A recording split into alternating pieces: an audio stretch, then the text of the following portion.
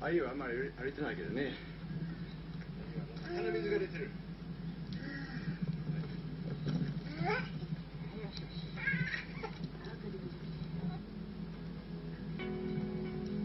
I think that children don't really think about race and ethnicity so much, and it's just because it starts getting connected to your identity and how you feel and how you identify yourself. I was born in Japan. I moved to New Zealand when I was 2 years old. My dad's from New Zealand and my mum's from Japan. I don't remember getting teased or having any thoughts about my race or my ethnicity when I was a kid at all. But it's something that I realized more and more as I got older. Sometimes we would go to Japan for a holiday. So usually in the summer, which in New Zealand is December, January, so Christmas time, we would go and visit family in Japan. I remember going over there, but because I was being brought up in New Zealand, I know I didn't feel Japanese when I went over there. But because I was with my family and they knew me, it wasn't a big deal.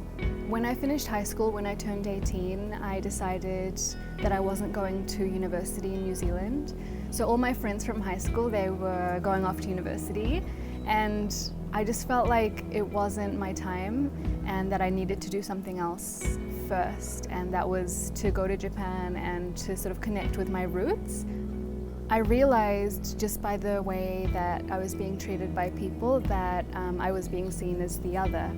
So until that point, I hadn't really realized that I would be treated so differently. In Japan, it's called hafu, and it's from the English word half, and it refers to half Japanese people.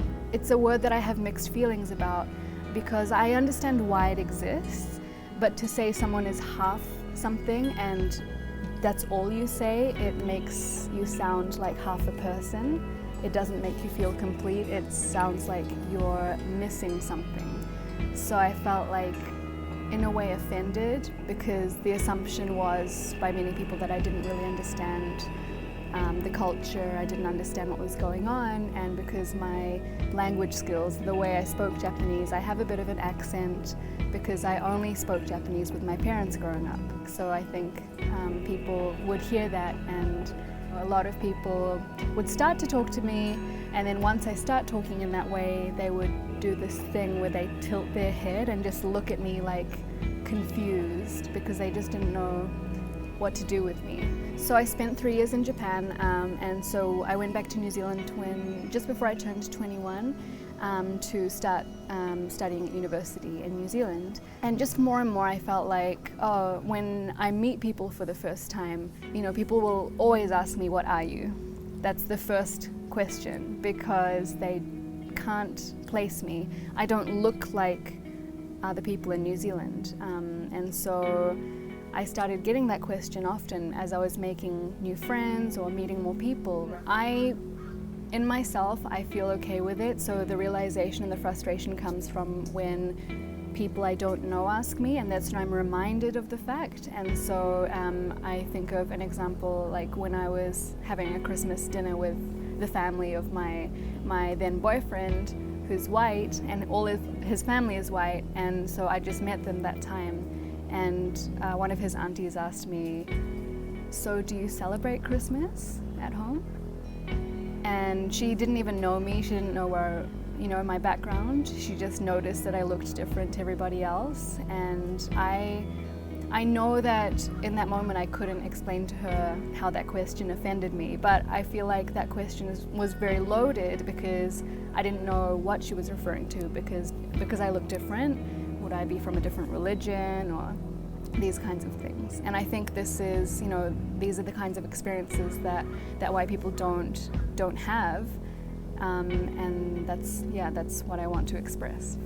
I think this is, for me, the biggest advantage is I feel like I don't belong anywhere, but I feel like I can belong everywhere at the same time because of that.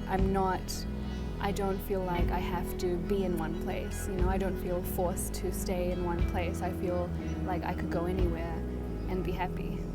And because I grew up with this double identity.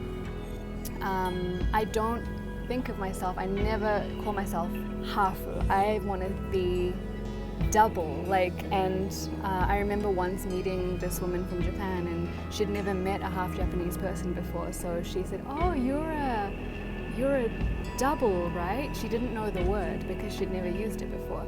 And so I liked when she said that, because I thought that's more representative of what I am.